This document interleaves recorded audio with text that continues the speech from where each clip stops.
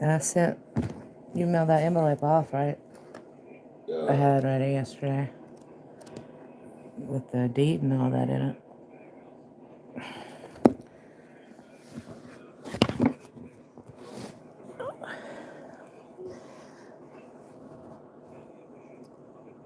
You may see who's up this morning.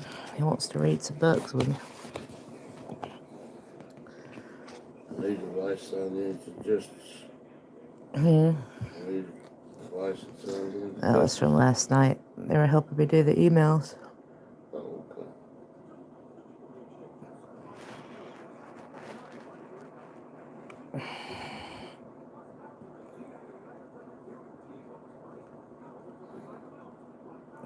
Wake up, people. Wake up. It's wake up call. Sunday morning, coffee wake up time.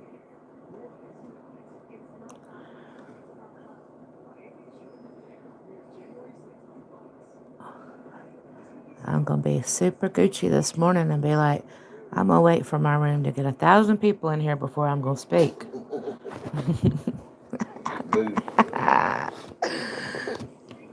I'm not going to speak till y'all get in here and wake up. Once I get 1,000 viewers on here, I'm going to start talking about some books you guys need to start reading. These are old books. You can probably check these out at the library. Got Ruby Ridge, 1 volume of it. You got you a Waco. I got 4 volumes of this, different ones of this one. And then you can go get you a book of Moonies and put it with these and read them all together. And then you guys will figure out what's going on. You got your coffee, Margo? Whew, I got my Mountain Dew. And a cold.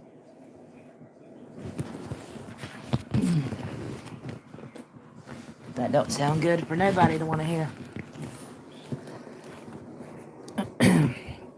I was giving everybody some book reviews if they wanted to go read them.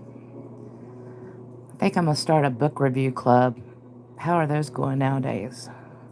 No, it's definitely not Corona. I ain't been around anybody because I have leukemia, and my mom has cancer from her leukemia already, and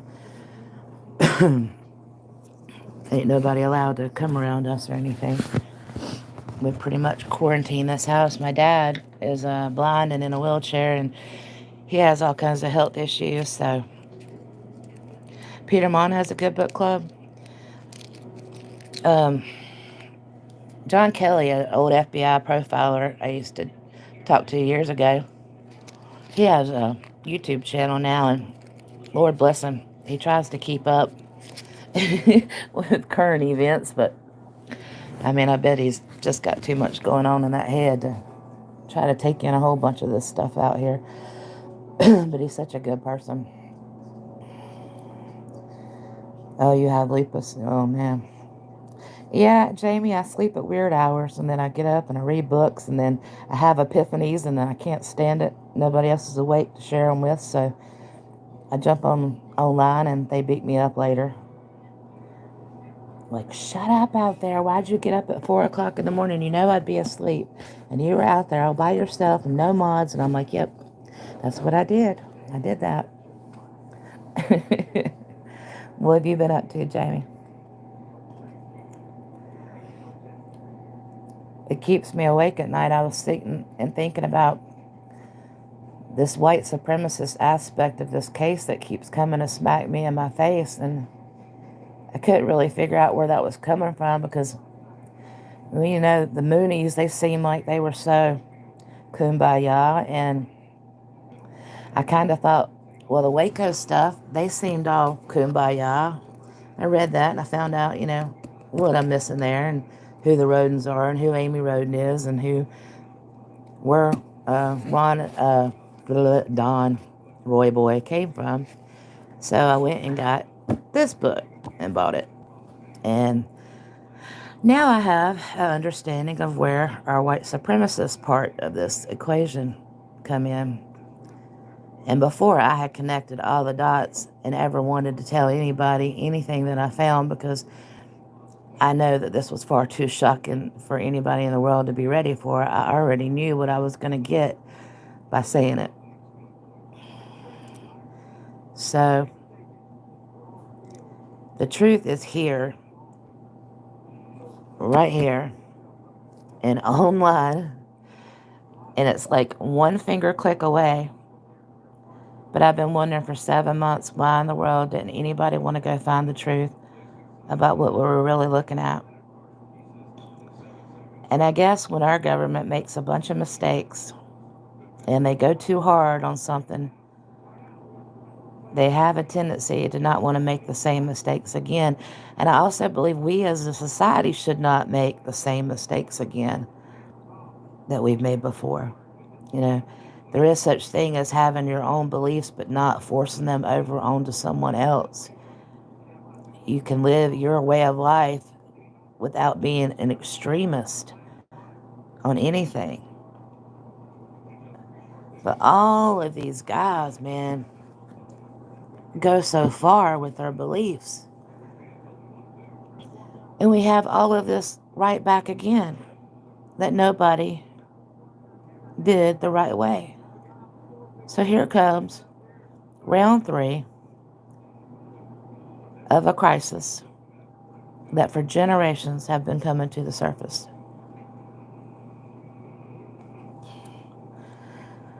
The Moonies, they had such a great philosophy about them, what they wanted, the peace, the love, everybody to get along. Yes, but look at what it's warped into by being an extremist and not thinking that everybody has the right to live. My beliefs and how I live should not be forced on anyone else. I don't have the right to say whatever it is that I believe in this world. This is what you're going to believe, or you're going to die for it. Nothing. God, whoever he is, whoever you worship, he wouldn't really want it that way. How can you possibly think that he sits up there and he makes all these mistakes? He made us the way we are, people. He made me like me and you like you, and each person individually different in their own way. And every day we play God but claim we worship one. I don't get it. None of it makes any sense to me. And I'm not going to sit out here and act like it does. Because it doesn't. Nothing I'm reading in any of these books, and it turns out shit show after shit show after shit show after shit show. You got to throw in the mix of this here. Oklahoma City bombing, the things that happen at the Moonies compound, the things that happen with their brothers and killing themselves and suicides and everything else that they did, all the other trauma that we have put in on these kids through these crises. And we've let each and every one of them down as a society. And now we're too scared to step up and say, we screwed it up. Boy, we really got that wrong. Let me be crazy. It's fine. Call me any name that you want to call me in the world. But guess what? The facts will still be here at the end of the day. At some day, when it comes 20 years from now, when my grandbaby is grown, guess what? You'll still be dealing with the aftermath of tragedy after tragedy after tragedy after tragedy if you don't get it right.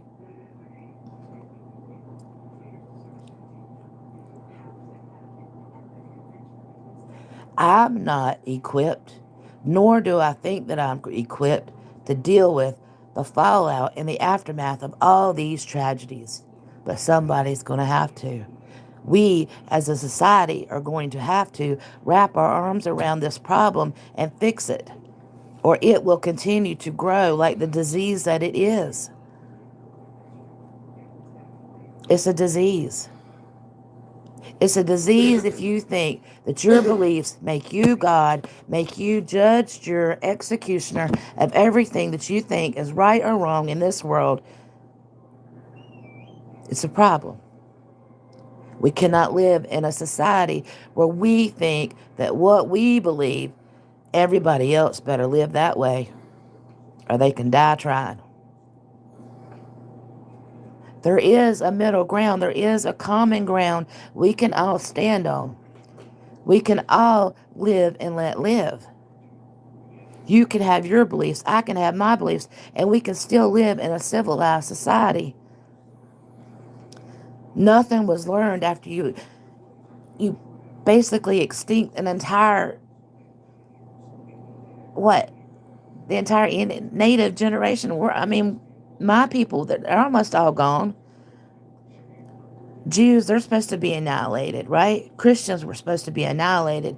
Every century, we have another one of these crises where someone comes out of the woodwork and they think that they're God and they're going to take out anything they don't like. They're going to destroy it. Any person that doesn't fit in their little square right there, then they got to die. The apocalypse. It's the end of the world. You see a volcano explode or a tornado comes or it's the worst storm in a century. That's a sign from God that you need to destroy everything around you? Really?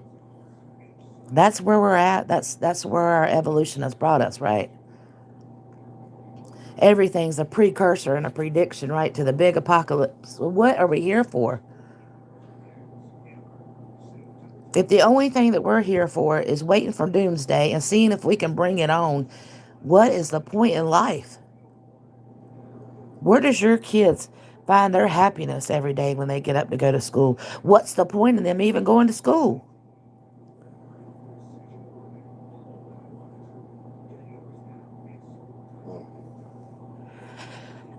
I don't know. But I tell you what I won't do is I won't raise a little girl to be blind. And I won't raise a little girl to believe that God creates a bunch of junk and a bunch of mistakes and it's up to us to be the ones to fix it. That's not what I'm going to raise her to believe.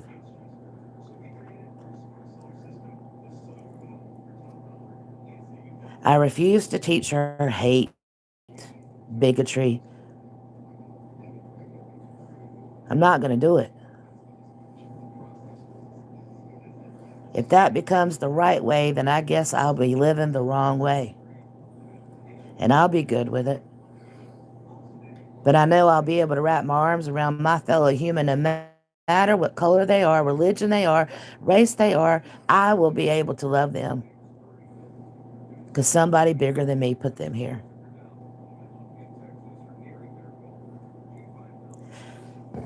But I never wanted in 6 months to have to read so much crap as this right here. Garbage. This ain't all. I got 3 more books in another room in there. Garbage, garbage, garbage, garbage. It's garbage. There's nothing religious about this. God ain't in none of this. This don't have nothing to do with our damn government. This has not got nothing to do more than being a good human being. Make better choices.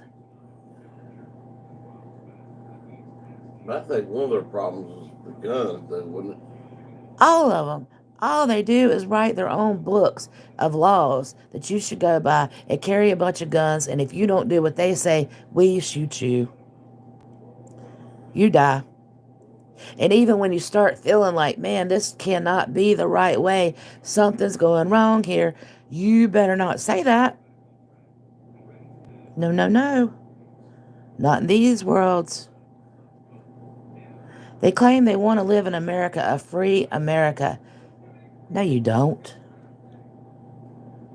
You want to dictate what you think America should be. You don't want to live in America. You want to run something.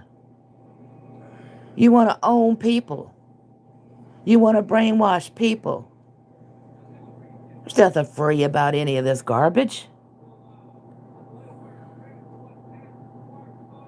I wish I could tell you everything about this was a hoax.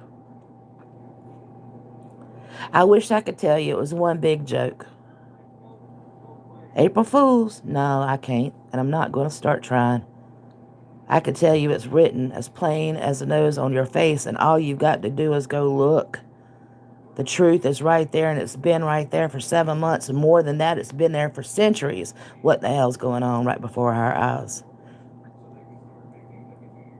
But what generation is going to wake up and realize the lessons that are being taught on the backs of each other that we love and written in our own blood? What's going on?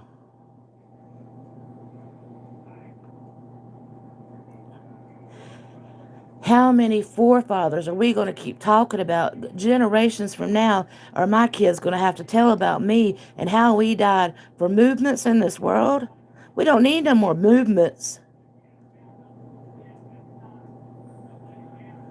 We just need to do the right thing. Every one of us is built with a moral compass inside of us that knows how we are supposed to treat others. We know that hurting somebody else is wrong. No matter what book you write it in, hurting anyone else is wrong. You don't have a good reason to hurt somebody else until they hurt you or somebody you love. Then go protect what you love. Until that time comes, you don't have that right. But when that time comes, somebody will give you the strength that it takes to get up and fight that fight. Because if it's a good fight and it's a righteous fight, you will win. Like you always tell me, pick your battles, David. Pick your battles, exactly. That's what you always tell me. Fight the big fight and live to fight another day. These aren't fights. These aren't fights nobody should have died for, man. Nobody should have lost their life for some nutbags. One nutbag for this disaster. One nutbag for this disaster. One nutbag for that disaster. And then they spread their vile hatred for others like a disease. And then it becomes accepted. Then it becomes brainwashing. And where does their moral compass go? And what do they teach their children? The same brainwashing crap. That we can't love each other. That we can't get along. That we have to fight each other. We have to kill one another. No. You're not going to tell me who I got to go kill. Not today. Not Sunday. All right, y'all. That's my truth for today. I love y'all. I'm out.